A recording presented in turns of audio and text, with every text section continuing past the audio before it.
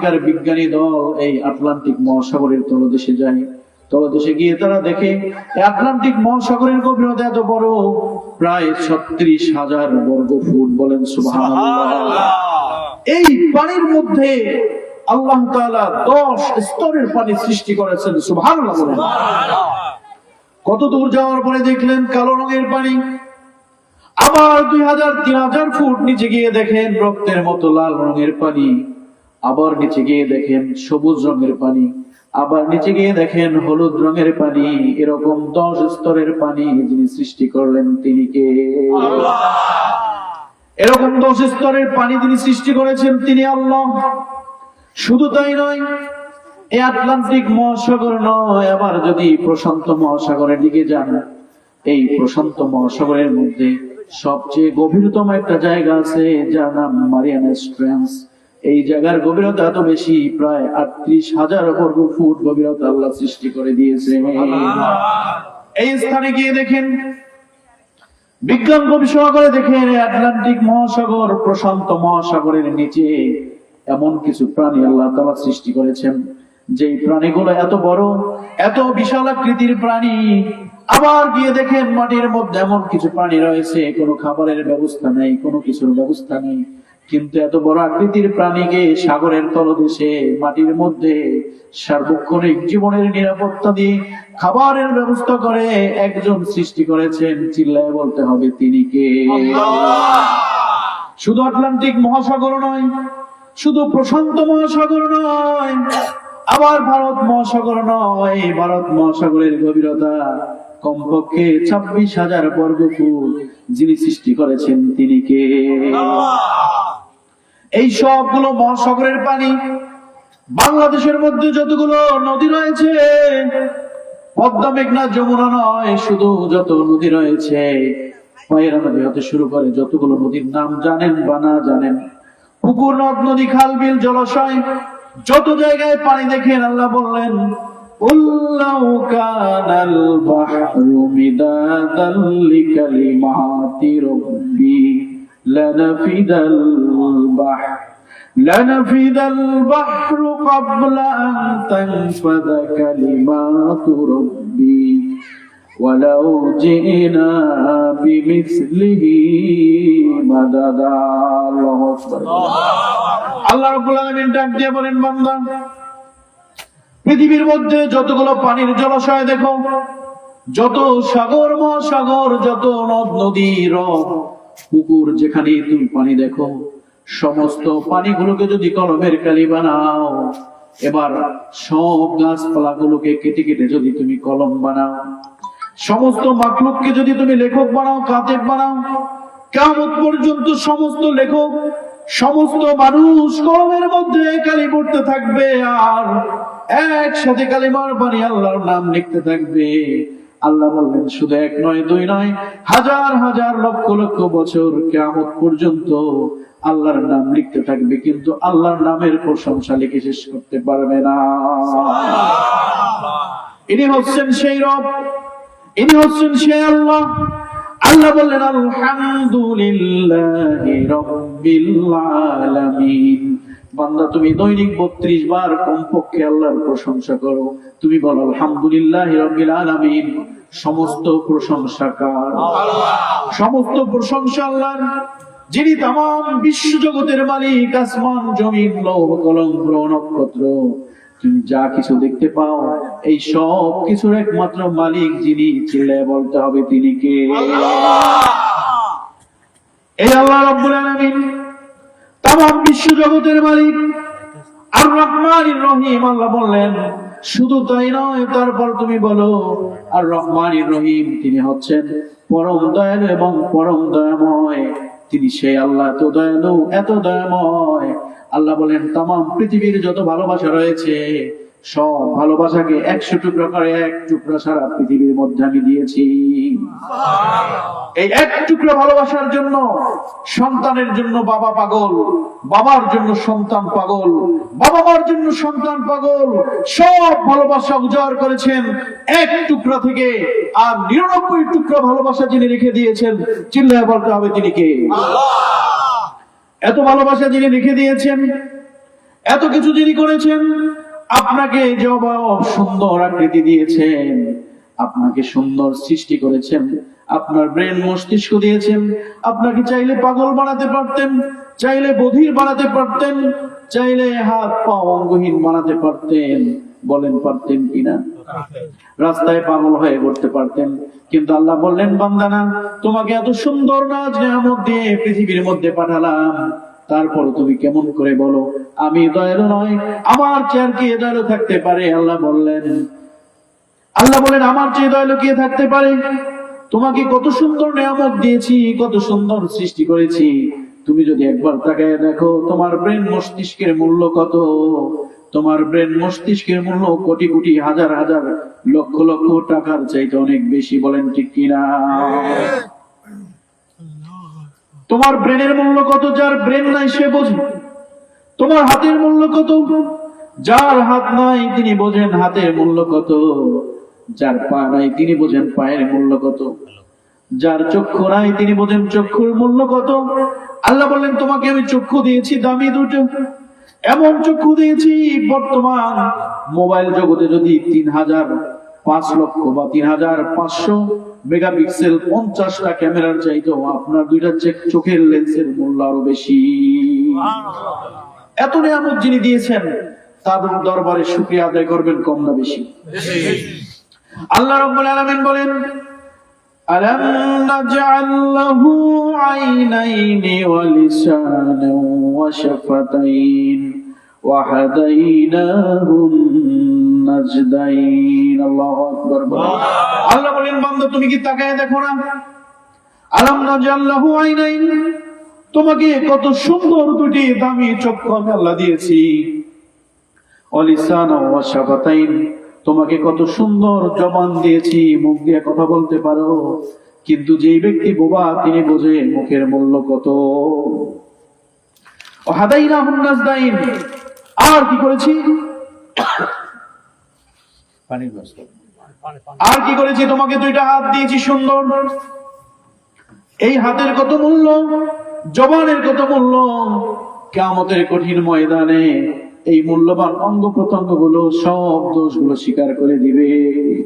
হাত বলবে আমার হাত দিয়ে এটা করেছে, জবান বলবে আমার জবান দিয়ে মিথ্যা বলেছে, আবার ব্রেন মস্তিষ্ক বলবে আমার ব্রেন দিয়ে খারাপ গবেষণা করেছে, চিন্তা করেছে, সব বলবে। আপনি চাইলেও এড়াতে পারবেন না। বলেন ঠিক কিনা? এজন্য যে আল্লাহ তাআলা আমাদেরকে এই নিয়ামত গুলো দিয়েছেন, আমরা তার দরবারে শুকরিয়া আদায় করবো কম না বেশি? অনেক বেশি করতে হবে, অনেক বেশি নিয়ামত। আল্লাহ রসুলের জামানায় আবু জেহেল, আবু লাহাব, উতবা, শাইবা, ওলীদ ইবনে মুগীরা তারা আল্লাহর নিয়ামত শুকরিয়া আদায় করেছে না করে নাই? করে নাই। আবু জেহেল নিয়ামতের শুকরিয়া আদায় করে নাই, কিন্তু আবু জেহেল জানতো আল্লাহ এক, তিনি অদ্বিতীয়, তার কোনো শরীক নাই, তিনি আমাদের সৃষ্টিকর্তা, তিনি জানতেন। আবার ফিরআউনের কথা বলেন, ফিরআউন নিজেও জানতো যে আল্লাহ এক, সে কোনো আল্লাহ নয়, সৃষ্টিকর্তা নাই। রাতের বেলা গভীর রাতে আল্লাহর কাছে মাপ চাইতো ফিরআউন, বলতো আল্লাহ তুমিই তো এক, আমি জানি, কিন্তু আমি মানুষের কাছে বড় থাকার জন্য আমাকে রব মানতে বলি। সাদ্দাত জানতো আল্লাহ এক, নমরুদ জানতো আল্লাহ এক, উতবা, শাইবা, ওলীদ ইবনে মুগীরা সবাই জানতো আল্লাহ এক। এখনো যারা বিধর্মী রয়েছে, ইহুদি না যারা খ্রিস্টান, বৌদ্ধ রয়েছে, হিন্দু রয়েছে, তারাও জানে আল্লাহ এক। বলেন ঠিক কিনা? কিন্তু স্বীকার করে না। এজন্য এই কাফের মুশরিকদেরকে আল্লাহ তাআলা বললেন, তাদের জন্য একটা ছোট্ট সূরা নাজিল করেছেন। কাফের মুশরিকদেরকে উদ্দেশ্য করে বলেন, কাফের মুশরিকরা তোমরা শোনো, তোমাদের যে কাবা ঘরটা রয়েছে, এই কাবা ঘর তোমাদেরকে বাঁচিয়েছে তোমরা জানো না? কারণ সে আব্রাহার হস্তি বাহিনী যখন এসেছিল তোমাদেরকে ধ্বংস করার জন্য। আজকে আবু জেহেল, উতবা, শাইবা তোমরা বুঝতে পারো না, আব্রাহার হস্তি বাহিনী তোমাদেরকে ধ্বংস করে যাইতো, কিন্তু আমি আল্লাহ তাআলা এই কাবা ঘরকে বাঁচানোর সুবাদে তোমাদেরকেও বাঁচিয়ে দিয়েছি। এখন তোমাদের উচিত হবে কাবা ঘরের মধ্যে গিয়ে যেই রব তোমাদেরকে বাঁচিয়েছেন তার ইবাদত করা। বলেন ঠিক কিনা? কিন্তু তারা সেটা করে নাই। এজন্য আল্লাহ তাআলা বললেন, লিলাফি কুরাইশিন ইলাফিহিম রিহলাতাশ শিতাই ওয়াস-সাইফ ফালইয়াবুদু রাব্ব হাযাল বাইতিল্লাযী আত'আমাহুম মিন জু'ইন ওয়া আমানাহুম মিন খাউফ।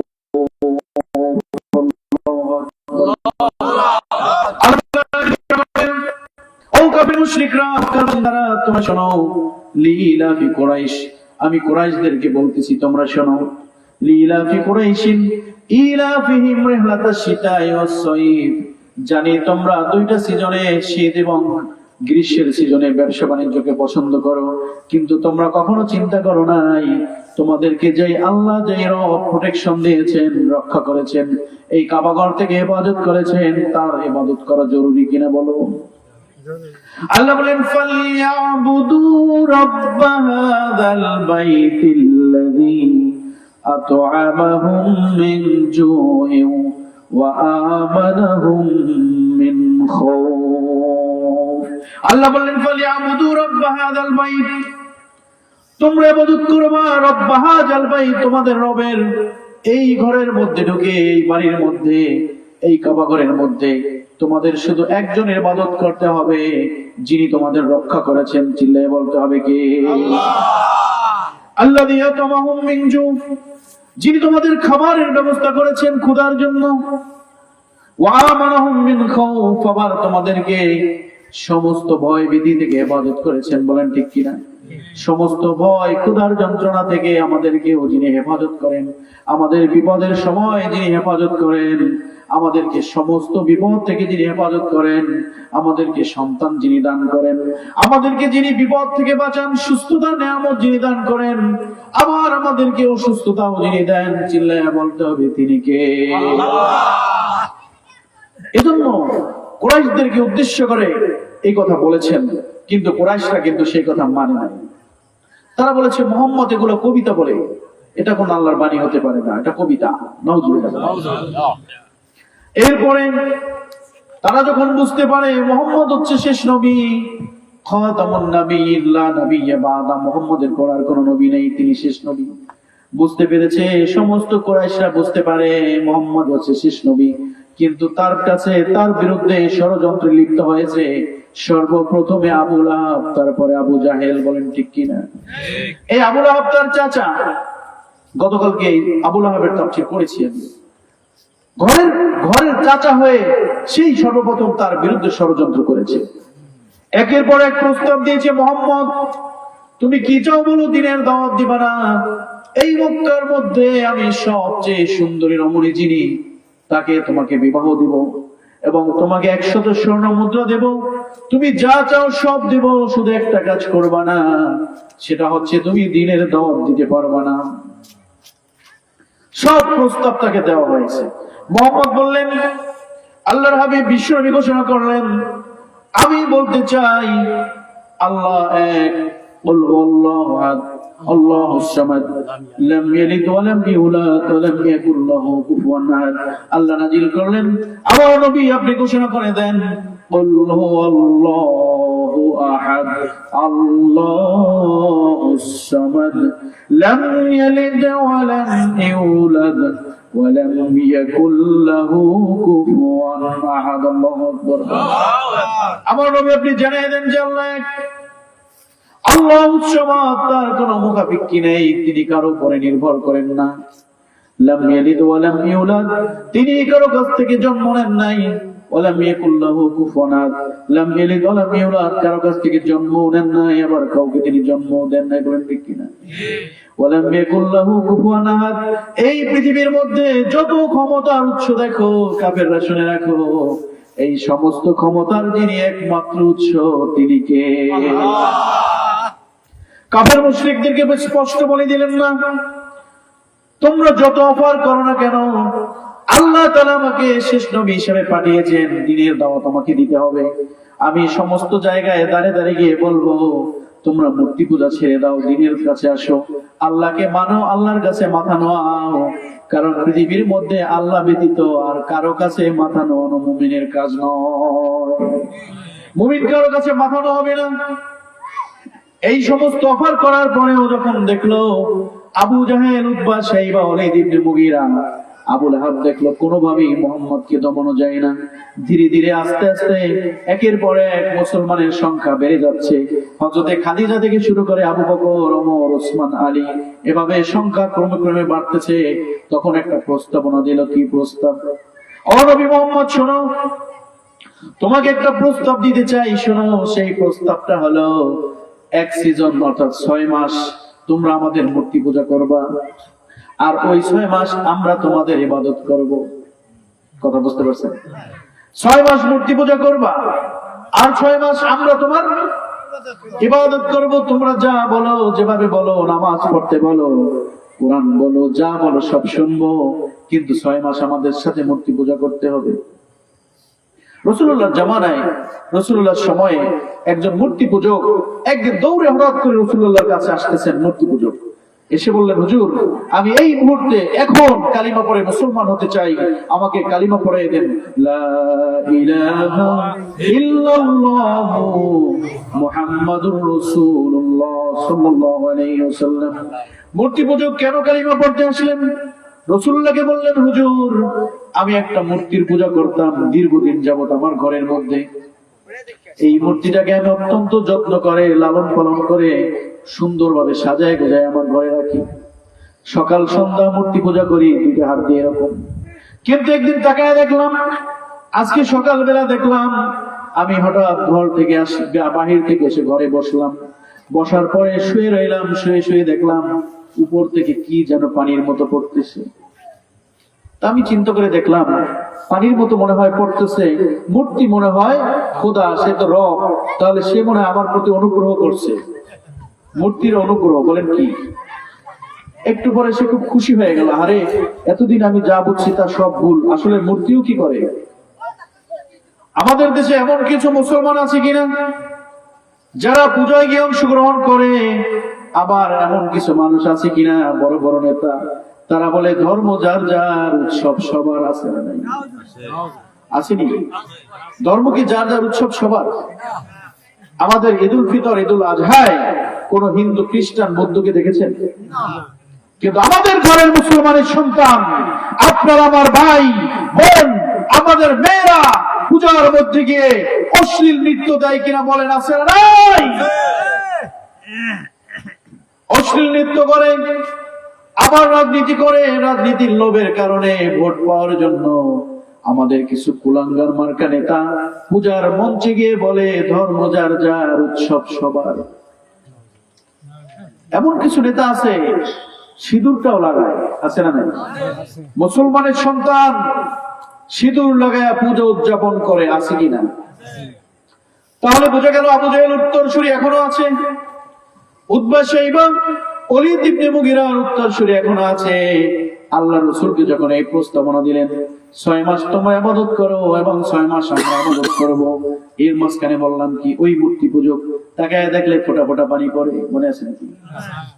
কিছুক্ষণ পরে চিন্তা করলো, কিরে পানি পড়া বন্ধ হইলো কেন? তাহলে কি রব কি আমাকে ভুলে গেল নাকি? একটু খাইয়ে দেখে যে নোনতা নোনতা লাগে। ঘটনা কি? নোনতা নোনতা লাগে। উপরে তাকাই দেখে যে একটা কুকুর এসে প্রসাব করে দিয়েছে। এইবার মূর্তি পূজক চিন্তা করলো, আরে যেই রব একটা কুকুরের প্রসাব থেকে নিজেকে বাঁচাতে পারে না, যেই ভগবান একটা কুকুরের প্রসাব নাপাকি থেকে নিজেকে হেফাজত করতে পারে না, এইটা কোনদিন রব হইতে পারে না। দৌড়ে পাগলের মতো রাসূলুল্লাহর কাছে গেলে, হুজুর আমাকে কালিমা পড়িয়ে দেন, আমি আমার ভুল বুঝতে পেরেছি, কারণ রব তো তিনি, আল্লাহ তো তিনি, আমি বুঝতে পেরেছি যার কাছে কোনো কিছু না চাইলেও তিনি দিয়ে দেন। বলেন ঠিক কিনা? রাসূলুল্লাহর কাছে এই প্রস্তাব আসার পরে রাসূলুল্লাহ বললেন, অসম্ভব। হ্যাঁ, তোমাদেরকে আমি দাওয়াত দেই, তোমরা সারা বছরই আল্লাহর ইবাদত করো, কালিমা পড়ো, মসজিদে যাও, নামাজ পড়ো, কিন্তু কোন মুসলমানের দ্বারা, একটা মুসলমানের সন্তানের দ্বারাও মূর্তি পূজা করা সম্ভব নয়। বলেন ঠিক কিনা? কোন মুসলমানের সন্তানের সম্ভব নয় মূর্তি পূজা করা, মূর্তির সামনে দাঁড়ায় দেখা, মূর্তি পূজা করা। কারণ যেই মূর্তি একটা কুকুরের প্রসাব থেকে নিজেকে হেফাজত করতে পারে না, সে কোনদিন ভগবান বা খোদা হইতে পারে না। বলেন ঠিক কিনা? পারি কি? এটা কখনো সম্ভব নয়। আমাদের দেশের কিছু বুদ্ধিজীবীর নামের কিছু কুলাঙ্গার সন্তান, এগুলোকে আমি শয়তান বলবো, আমাদের দেশে কিছু বাজে কিছু ইহুদিদের কালচার চালু করেছে। সেই কালচার গুলো হচ্ছে 31st নাইট। এই 31st নাইটে হাজার হাজার যুবক যুবতী, আপনার আমার ঘরের সন্তান, মুসলমানের সন্তান, তারা ওই 31st নাইটে গিয়ে উলঙ্গ বেহায়াপনা হয়ে নাচানাচি করে 31st নাইট উদযাপন করে। আপনার আমার ঘরের সন্তান, বলেন ঠিক কিনা? এই কালচার চালু করেছে কিছু বুদ্ধিজীবী নামের শয়তান। আবার 14ই ফেব্রুয়ারি কিছু বুদ্ধিজীবী নামের শয়তানরা চালু করেছে। এটা মুসলমানদের কালচার নয়। এই 14ই ফেব্রুয়ারিতে হাজার হাজার মা বোন প্রতি বছর ধর্ষণের শিকার হয়, বলেন ঠিক কিনা? এই কালচার কোথা থেকে আসছে জানেন না? মুসলমানদের বুকে পাড়া দিয়ে রক্ত দিয়ে মুসলমানদেরকে মেরে 14 তারিখে একটা উদযাপন করেছে ইহুদিরা। হাজার হাজার মুসলমানদেরকে মেরে যে দিনটা উদযাপন করেছে, এটাকে বলা হয় 14ই ফেব্রুয়ারি। কোন মুসলমানের সন্তানের পক্ষে সম্ভব নয় 14ই ফেব্রুয়ারি উদযাপন করা, বলেন ঠিক কিনা? সম্ভব।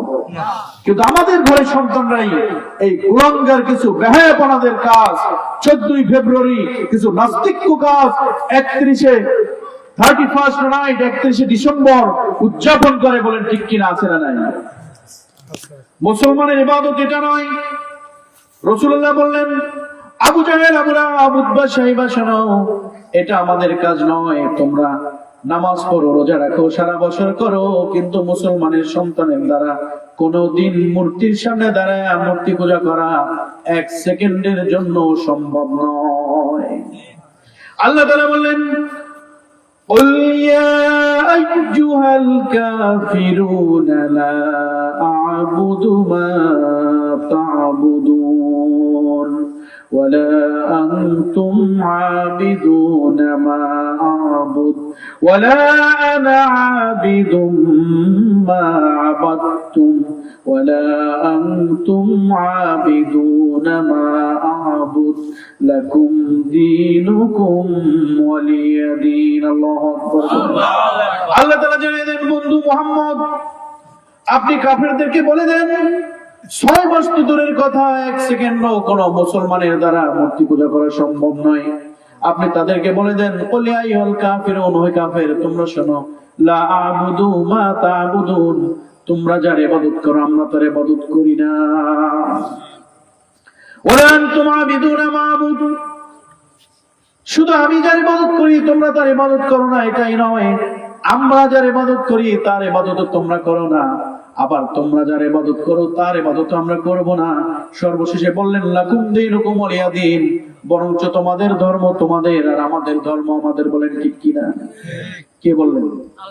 আল্লাহ বললেন, তোমাদের ধর্ম তোমার আর আমাদের ধর্ম আমার। আমাদের ধর্মে তোমাদের আসার দরকার নাই, আবার তোমাদের ধর্মে আমাদের যাওয়ার দরকার নাই, কোনো জোরাজুরি নাই। কিন্তু বাংলাদেশে কিছু এরকম মানুষ, কিছু নেতা নামের কুলাঙ্গার সন্তান আছে কিনা বলেন? ধর্ম যার যার উৎসব সবার বলে, আছে না নাই? আমাদের পটুয়াখালীতে নাই? আছে, বহুত আছে। আজ থেকে শুনে রাখো, বাংলাদেশ শাহজালাল শাহপরানের দেশ, বাংলাদেশ ফজলুল করিমের দেশ, বাংলাদেশ নেসারউদ্দিন রহমতুল্লাহের দেশ, বাংলাদেশ কায়েদ সাহেবের দেশ, লক্ষ লক্ষ হাফেজ কোরআনদের দেশ, ওলামায়ে কেরামদের দেশ। এরকম নাস্তিক বেদুইন কুলাঙ্গার নেতা আমরা বাংলাদেশে চাই না। কথা বলেন ঠিক কিনা? বাংলাদেশকে পুনরায় গঠন করতে হলে ইসলামিক শাসন দরকার। আজকে যে পর্দার অবস্থা, আপনি আমি যদি বাধা দেই, বাধা দিতে গেলে আবার কেস খেয়ে যায়। কথা বলেন ঠিক কিনা? এমন অবস্থা হয়েছে পর্দা, আপনার নিজের মেয়ে বেপর্দা করে আপনি বলতে পারতেছেন না। কলেজে পড়ে বেপর্দায় যায়, রাস্তায় যায় বেপর্দা করে, পর্দা করে না। আপনার স্ত্রী পর্দা করে না, আপনি বলতে পারতেছেন না। কারণ এদেশে পর্দার আইন চালু নাই, এদেশে পর্দার হুকুমত জায়েজ নাই, এখনো পর্যন্ত হয় নাই। কিন্তু আরব কান্ট্রির মতো যদি পর্দার বিধান রাষ্ট্রের সরকার চালু করত, মুসলিম কোন গভর্নর, মুসলিম কোন সরকার, সবাই নামের মুসলিম, কামের কিছু না। কিন্তু কোন ওলামায়ে কেরাম হক্কানি আলেমের হাতে যদি এই দেশটা পরিচালিত হতো, তিনি যদি আইন করতেন যে পর্দা বাধ্যতামূলক, রাস্তায় কোনো মেয়ে বিপর্দায় নামতে পারবে না, যদি নামে তাকে গ্রেফতার করা হবে। এই দেশে আর কোন মা বোন বেপর্দায় নামতে পারতো? কথা বলেন পারতো? আজকে কোন মসজিদের ইমাম যদি পর্দার বিরুদ্ধে কথা বলে, এমনও হইতে পারে সভাপতির মেয়ে বেপর্দায় চলে, লম্বা চুল ছেড়ে চলে, ওই ইমামের চাকরি থাকবে না। আজকে কোন মসজিদে সুদের ঘুষের বয়ান করা যায় না, বলেন ঠিক কিনা? কারণ সভাপতি সুদখোর আছে না নাই? সভাপতি গুলো হয় সুদখোর, ঘুষখোর, টাকা আছে দেয়, টাকার জন্য ঘুষখোর সুদখোর গুলো মসজিদের সভাপতি হয়। কখনো নামাজে আসে না। ইমাম যদি কোন সুদের বিরুদ্ধে কথা বলে, ইমামকে অপমানিত করে, হেনস্থা করে, চাকরি থেকে বিতাড়িত করে দেয়, আমাদের বাংলাদেশে আছে না নাই? তোমার মনে রাখতে হবে, এই দেশ ওলামায়ে কেরামদের দেশ। এই দেশ তোমার মতো নাস্তিকের দেশ নয়। একদিন তুমি থাকবা না। এই দেশে হাজার হাজার লক্ষ লক্ষ ওলামায়ে কেরাম থাকবে। এই দেশে কোরআন থাকবে, নামাজ থাকবে, সমস্ত কিছু থাকবে, শুধু তোমার মতো নাস্তিক থাকবে না, বলেন ঠিক কিনা? আল্লাহ রাসূল এই নামাজের জন্য কি করেছেন? সশরীরে 27টা যুদ্ধে অংশগ্রহণ করেছেন। সাহাবায়ে কেরাম 50-এর অধিক যুদ্ধে অংশগ্রহণ করেছেন, শুধুমাত্র এই দ্বীনকে প্রতিষ্ঠা করার জন্য, এই নামাজকে প্রতিষ্ঠা করার জন্য, বলেন ঠিক কিনা? আজকে আমাদের সমাজে নামাজের অবস্থা দেখেন। আজকে আমাদের নামাজের অবস্থা কি? আমি প্রায় জায়গায় আলোচনার শেষ পর্যায়ে অন্তত এই একটা আলোচনা করি, আর যা করি বা না করি। আল্লাহ রাব্বুল আলামিন সূরা মাউনের মধ্যে বলেন, ফাওয়াইলুল লিল মুসাল্লিন আল্লাযীনা হুম আন সালাতিহিম সাহুন আল্লাযীনা হুম ইরাউনা ওয়া ইয়ামনাউনাল মাউন। আল্লাহু আকবার। আল্লাহ রাব্বুল আলামিন ঘোষণা করেন, ফাওয়াইলুল লিল মুসাল্লিন, ওই সমস্ত মুসল্লিদের জন্য ধ্বংস, ধ্বংস, ধ্বংস। আল্লাযীনা হুম আন সালাতিহিম সাহুন, যারা তাদের নিজেদের নামাজের ব্যাপারে উদাসীন। এই একটা বয়ান সব জায়গায় করার চেষ্টা করি। 10% মানুষ এখন নামাজের প্রতি আগ্রহ নয়, নামাজ পড়তেই চায় না। কেন? মানুষ নামাজ খুবই কঠিন, খুবই কঠিন নামাজ। অথচ আল্লাহ বললেন, ইন্নাস সালাতা তানহা আনিল ফাহশাই ওয়াল মুনকার। আল্লাহ বললেন, নামাজ তোমাকে সমস্ত অশ্লীল কাজ থেকে, খারাপ কাজ থেকে ফিরায় রাখবে, বিরত রাখবে, তোমার মনের সমস্ত নেক আশাগুলো পূরণ করবে, তোমাকে পরিপূর্ণ মুমিন বানায় দেবে। কারণ সূরা মুমিনের মধ্যে আল্লাহ তাআলা মুমিনের জন্য 7টি বৈশিষ্ট্য বলেছেন। তার মধ্যে প্রথম বৈশিষ্ট্যটা বলেছেন, ক্বাদ আফলাহাল মুমিনুনাল্লাযীনা হুম ফি সালাতিহিম খাশিউন ওয়াল্লাযীনা হুম আনিল লাগবি মুরিদুন।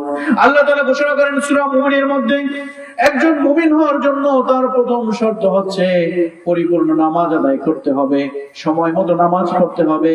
আল্লাহ তাআলা সূরা মাউনের মধ্যে বলেন, এই নামাজের মাপকাঠি হচ্ছে ফাওয়াইলুল লিল মুসাল্লিন, ওই সমস্ত নামাজীদের জন্য ধ্বংস, আল্লাযীনা হুম আন সালাতিহিম সাহুন, যারা তাদের নিজেদের নামাজটা সঠিক সময় মতো আদায় করে না, সময়ের সাথে আদায় করে না, নামাজের ব্যাপারে উদাসীন। এরকম মানুষ আছে না নাই?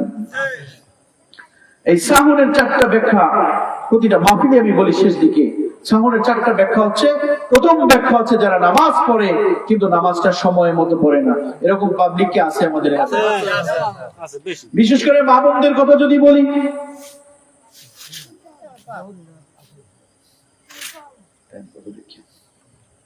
আমাদের মা বোনরা কাজের এত ব্যস্ততা, তাদের জোহরের নামাজটা আসরের নামাজের সাথেই করে ফেলে। সব বেশি হয়, বলেন ঠিক কিনা? সব কি বেশি হয়? 2 নামাজ একসাথে পড়ে, আছে না?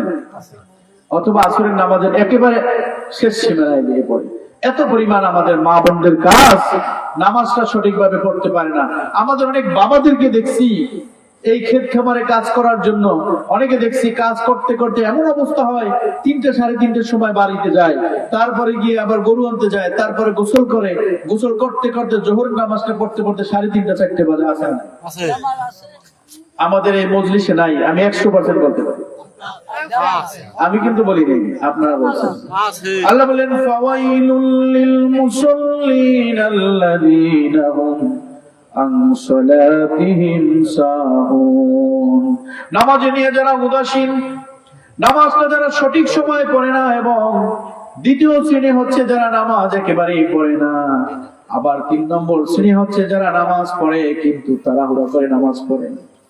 আছে না? তাড়াহুড়ো করে নামাজে আছে। সর্বশেষ হচ্ছে আরেকটা কথা, ঠেকের নামাজ। এই সাহুরের অর্থ হচ্ছে 4টা। কয়টা? ব্যাখ্যা বোঝেন। আমি কিন্তু মিশ্র আলোচনা করেছি, একটা সূরা থেকে তাফসীর করি নাই। সূরা ইখলাস থেকে এখন পর্যন্ত প্রথম আয়াতের তাফসীর শেষ হয়নি। কেন? কারণ আল্লাহ তাআলা সূরা ইখলাসের মধ্যে এই যে কুল হুয়াল্লাহু সূরা আপনারা যেটা বলেন, এটার মধ্যে 4টা আয়াত আছে। বলেন তো বাবারা কয়টা? সূরা ইখলাসের মধ্যে আল্লাহ তাআলা 4টি আয়াত দিয়েছেন। আলোচনা যেখানে থামাইছিলাম মনে রাখেন, নামাজীদের ব্যাপারে আল্লাহ তাআলা সূরা ইখলাসের মধ্যে 4টা আয়াত দিয়েছেন। আবার এই সূরা ইখলাসের 4টা নাম দিয়েছেন। সুবহানাল্লাহ বলেন।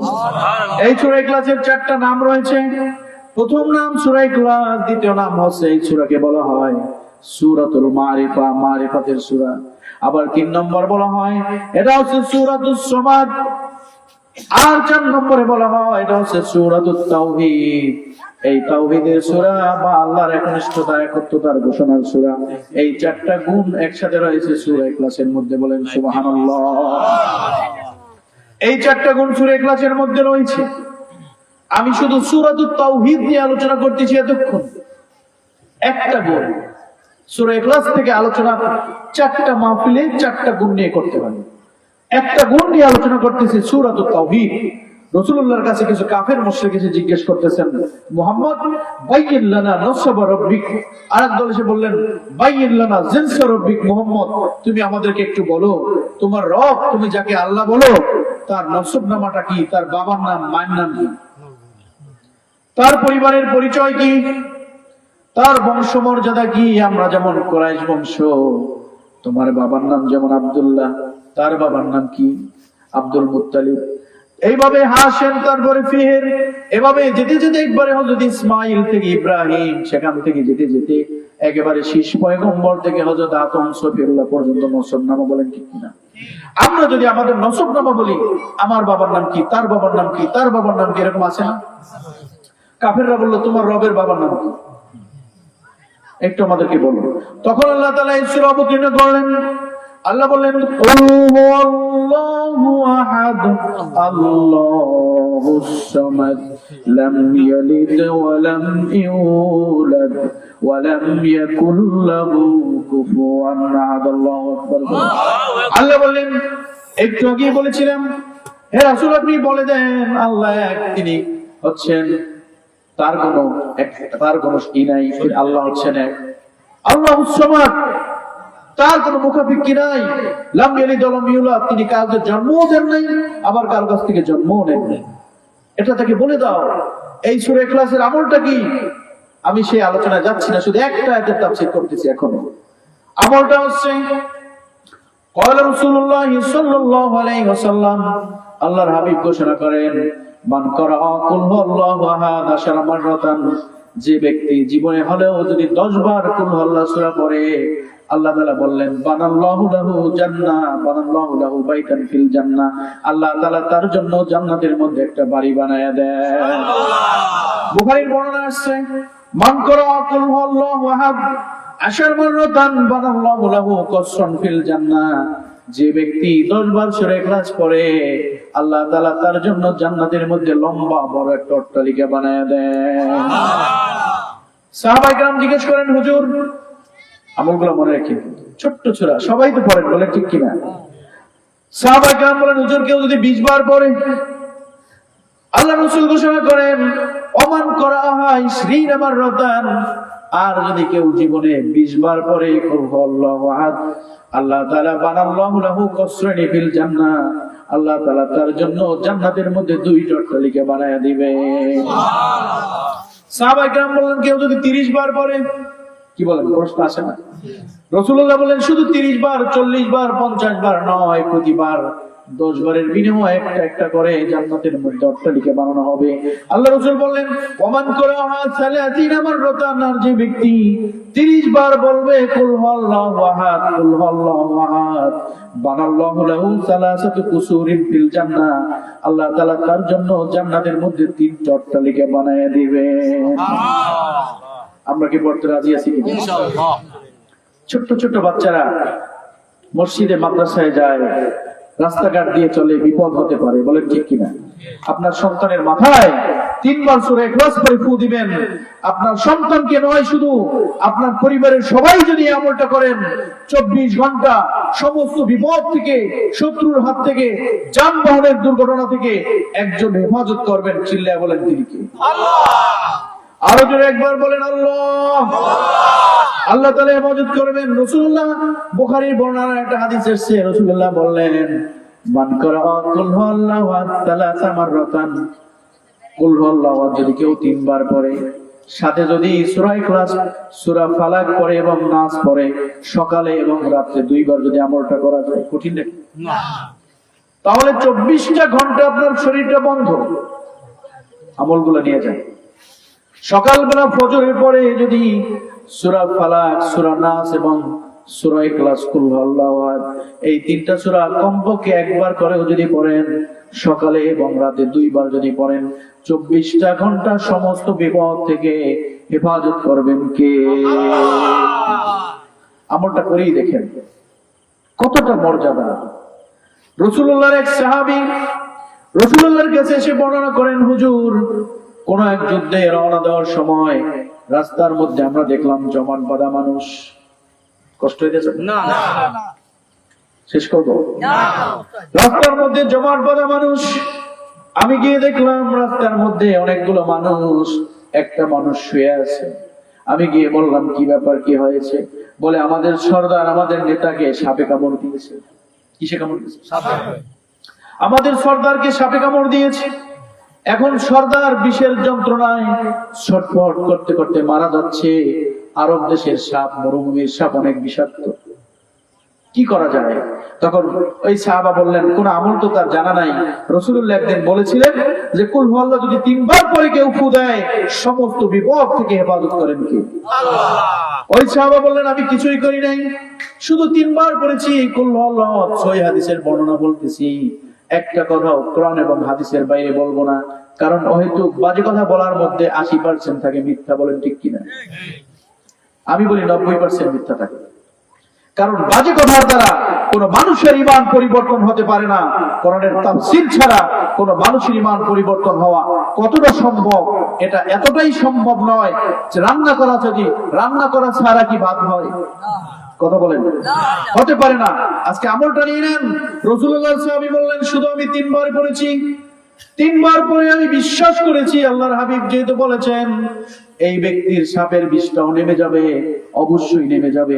3 বার পরে ফু দেওয়ার সঙ্গে সঙ্গে এরপরে তাদেরকে কিছু দুম্বা উপহার দিলেন। যান, আপনি এমন কি আমলটা করলেন যার কারণে আমাদের নেতা হয়ে গেল, ওই সমস্ত মানুষ কালে পড়ে তাদের আমরা কি ছেড়ে দিই? কারণ লাভ রাসূলুল্লাহ বলেন, এত সব নবীর হাতে কামড় দেয়। 3 বার সূরা ইখলাস পড়ে ফুটা দিলেন, পানি পান করলেন, সঙ্গে সঙ্গে বিষ যিনি নামায় দিলেন। চিল্লায় বলেন তিনি কি? আল্লাহ। এই হচ্ছে সূরা ইখলাস।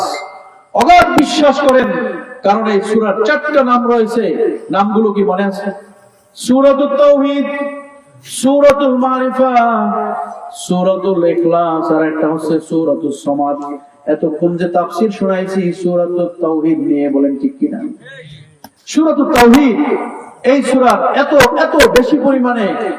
বেশি পরিমাণে বরকত আল্লাহ তাআলা দিয়েছেন। আল্লাহ রাসূল একবার মসজিদে কুবা ইমাম নিযুক্ত করলেন। কোথায়? মসজিদে কুবা ইমাম নিযুক্ত করলেন। রাসূলুল্লাহ বললেন, কুবা ইমাম। সাহাবায়ে কেরামরা বলল, কুবার ইমাম নামাজের মধ্যে দাঁড়ায়া সূরা ফাতিহার পরে প্রতি নামাজে পড়ে সূরা ইখলাস। কথা কি বলছেন? সূরা ফাতিহার পরে কি পড়ে? ইখলাস। আর কোন সূরা পড়ে? এখন মুসল্লিরা বলা বলে শুরু করলো, বলো নাকি হুজুর খালি সূরা ইখলাস পড়ে, আর কোন সূরা কি পারে না? আপনাদের মসজিদে ইমাম সাহেব যদি করতেন, আপনারা কি করতেন? চাকরি তো ওই দিনই শেষ নাকি?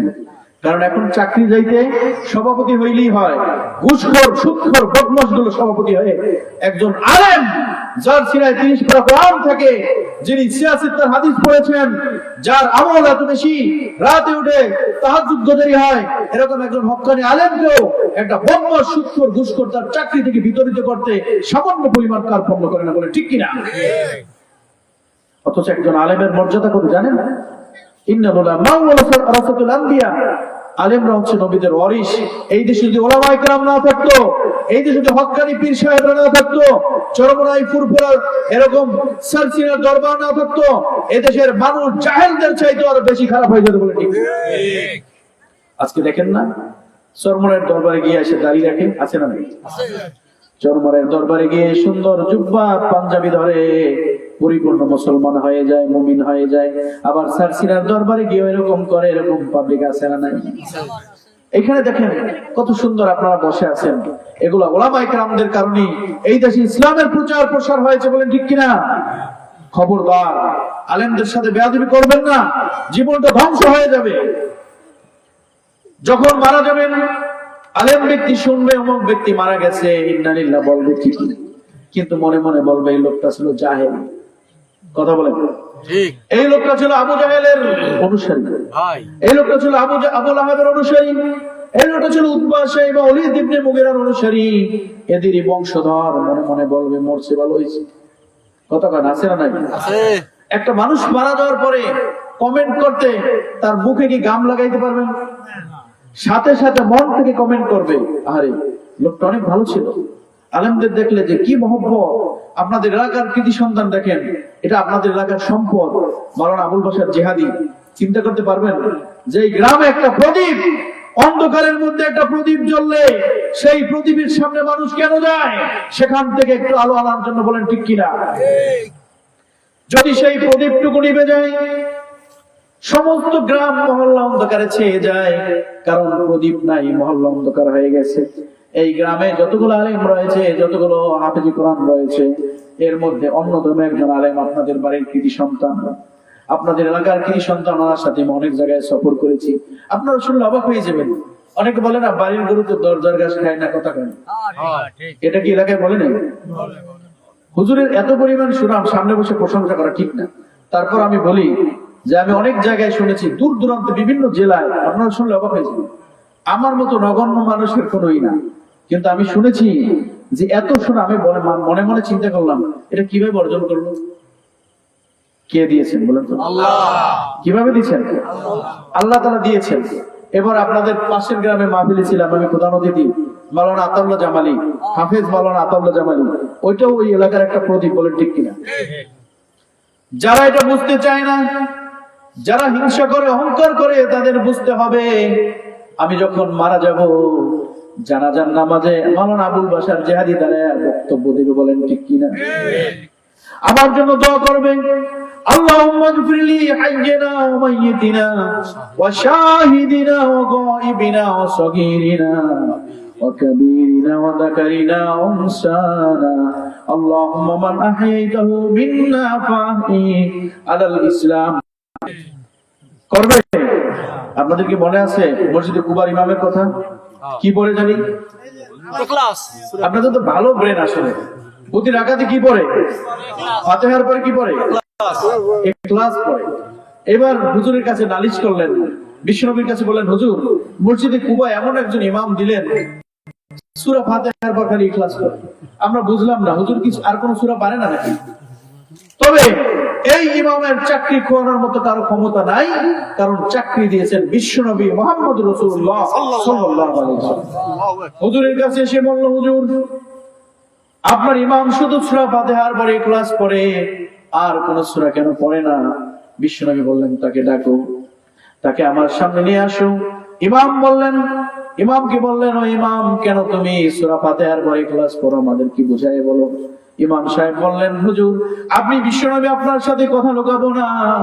আমি যখন সূরা ফাতিহা পড়ি, লিআন্নাহা সিফাতুর রহমান, আমি মনে করলাম এই সূরা ইখলাসের মধ্যে এমন কিছু গুণ রয়েছে, আল্লাহ তাআলার সমস্ত গুণ এই সূরা সৃষ্টি করেছেন, লৌহ কলম তিনি সৃষ্টি করেছেন, সাগর মহাসাগর তিনি সৃষ্টি করেছেন। কিয়ামত তার হুকুমে হবে, আল্লাহ তাআলা ঘোষণা করবেন, ইদা জুলজিলাতিল আরদু জিলজালাহা। আমি শুধু এই ক্লাসটাকে পছন্দ করি, ভালোবাসি, আপনি যদি নিষেধ করেন তাহলে আমি পড়বো না। রাসূলুল্লাহ বললেন, না, খবরদার, তুমি এই ক্লাস পড়তেছো, পড়ো। কারণ জিবরিল এসে জানাই দিলেন, হুজুর আপনি তারে বলে দেন সে যেন এই ক্লাস চালাই যায়। সুবহানাল্লাহ। আল্লাহ তাআলা তার প্রতি এত খুশি হয়েছেন, এত মহব্বত করেছেন, এত ভালোবেসেছেন, এই ক্লাসের বরকতে তাকে জান্নাতের মেহমান বানিয়ে এনেছেন। সুবহানাল্লাহ। কি মনে করেছেন দৈনিক 10 বার 15 বার 20 বার পড়েন সূরা ইখলাস, কিন্তু এর আমল সম্পর্কে জানেন না। আর অল্প সময় কথা বলবো। রাসূলুল্লাহ বললেন, একদিন সাহাবাদের বললেন, সাহাবায়ে কেরাম শোনো, আমি তোমাদেরকে আজকে আল কোরআনের 3 ভাগের 1 ভাগ 10 পারা পড়ে শোনাবো। সুবহানাল্লাহ। সাহাবায়ে কেরামদেরকে শুধু এতটুকু কথা বললেন, রাসূলুল্লাহ এতটুকু কথা বললেন, কুল হুয়াল্লাহু আহাদ আল্লাহুস সামাদ লাম ইয়ালিদ ওয়া লাম ইউলাদ ওয়া লাম ইয়াকুল লাহু কুফুয়ান আহাদ ফাদাখালাল বাইত। এরপরে তিনি ঘরের মধ্যে প্রবেশ করলেন। ফাবাদা খরাজান নবী সাল্লাল্লাহু আলাইহি সাল্লাম। কিছুক্ষণ পরে রাসূলুল্লাহ আবার বের হলেন। বের হয়ে সাহাবাদেরকে বললেন, ও সাহাবায়ে কেরাম শোনো, তোমরা কেন এখনো বসে আছো? তোমরা কেন চলে যাও না? তোমাদেরকে তো যেতে বলেছি। সাহাবায়ে কেরাম বললেন, হুজুর আপনি একটু আগে বললেন আমাদেরকে 10 পারা পরে শোনাবেন, কই? আপনি তো শুধু কুল হুয়াল্লাহ বললেন, ফাদাখালাল বাইত, ঘরের মধ্যে প্রবেশ করলেন। আবার কিছুক্ষণের পর খরাজান নবী রাসূলুল্লাহ বের হলেন, কিন্তু সাহাবায়ে কেরাম বললেন, হুজুর আমরা তো আপনার জন্য বসে আছি, 10 পারা বলে আমাদের শুনাইলেন না? বলে, তোমরা কি জানো না কুল হুয়াল্লাহ একবার পড়লে 10 পারা কোরআনের সব হয়ে যায়। আমি তো একবার পড়েছি।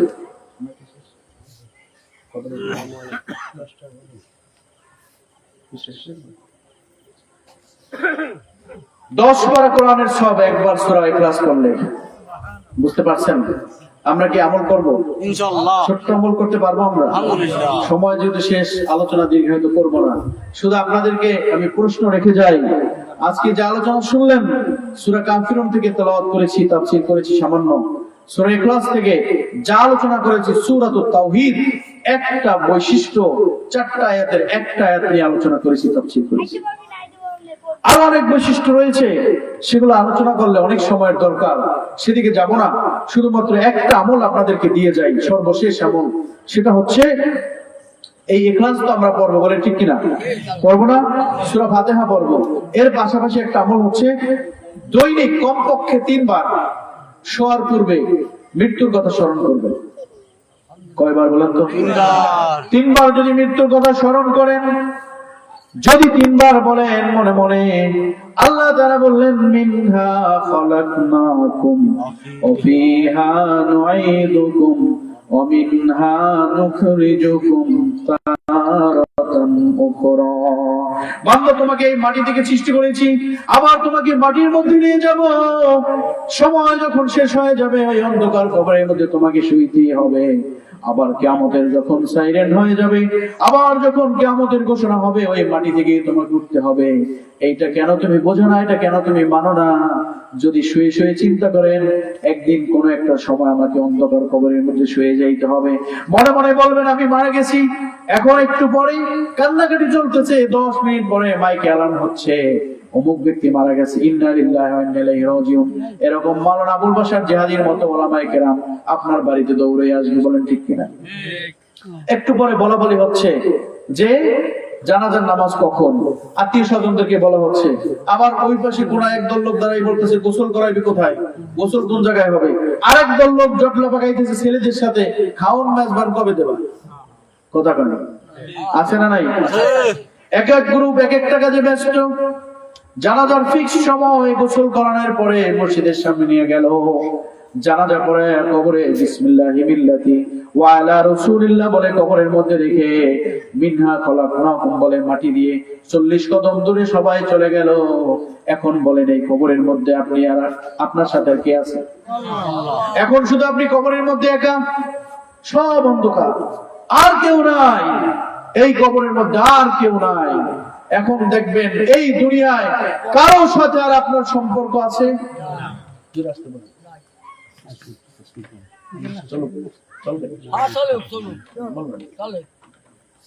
আচ্ছা 5 মিনিট পর আসুন। এখন আর এই কবরের মধ্যে আর আপনার কারোর সাথে সম্পর্ক নাই, আপনার স্ত্রীর সাথে সম্পর্ক নাই, সন্তানের সাথেও সম্পর্ক নাই, আপনার কারোর সাথে কোনো সম্পর্ক নাই। কারণ এখন এই মুহূর্তে আপনার আর কেউ আপন নয়, আপন এখন আর কেউ আপনার আপন নয়।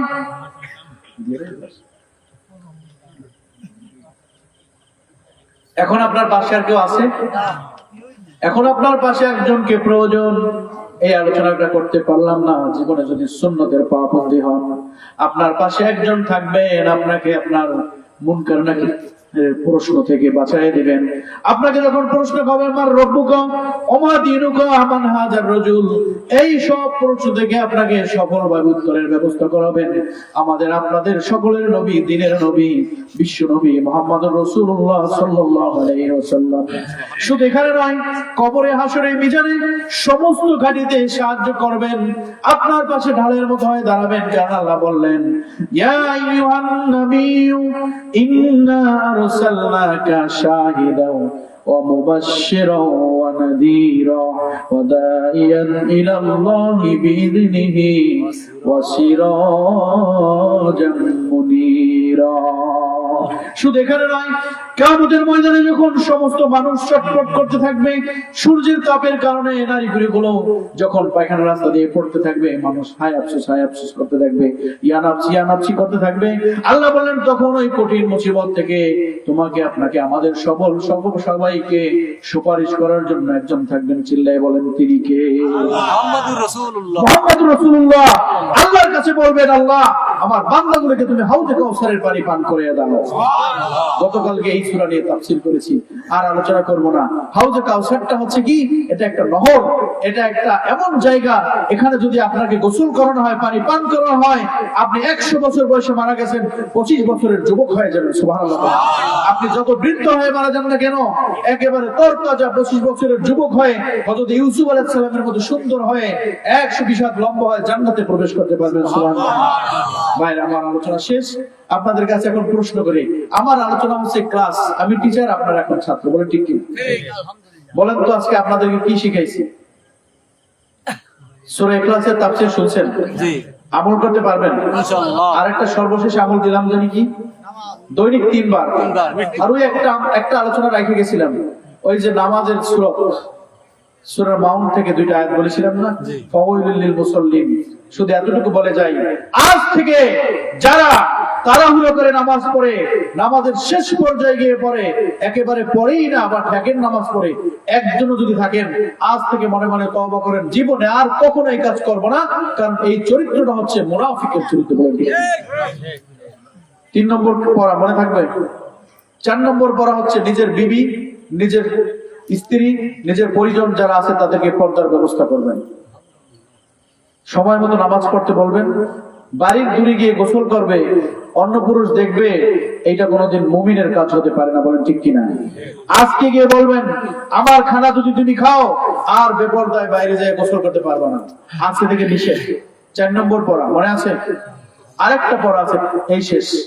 5 নম্বর পড়া হচ্ছে সব সময় মনের মধ্যে আল্লাহর ভয়, আল্লাহর তাকওয়া অর্জন করতে হবে। মনে করতে হবে যে আমাকে যিনি সৃষ্টি করেছেন, আমাকে যিনি রিজিক দিচ্ছেন, তিনি দুনিয়ার কোনো মানুষ নয়। আমার ছেলের টাকা আমি খাইয়ে বাইচে আছি না, আমার মেয়ের জামাইয়ের টাকা খাইয়ে বাইচে আছি না, আমাকে খাওয়াচ্ছেন কি? আল্লাহ।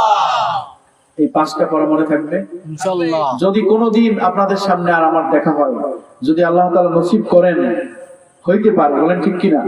যদি কেউ উপস্থিত থাকেন, এই 5টা পড়া আদায় করা হবে। আলহামদুলিল্লাহ। পারবো আমরা ইনশাআল্লাহ? পারবো। দুটি হাত তুলে দেখেন, নারায়ে তাকবীর, নারায়ে তাকবীর। আর একটা পড়া ছিল যে আপনাদের এলাকার যে একজন প্রদীপ লাইট বাড়ান আবুল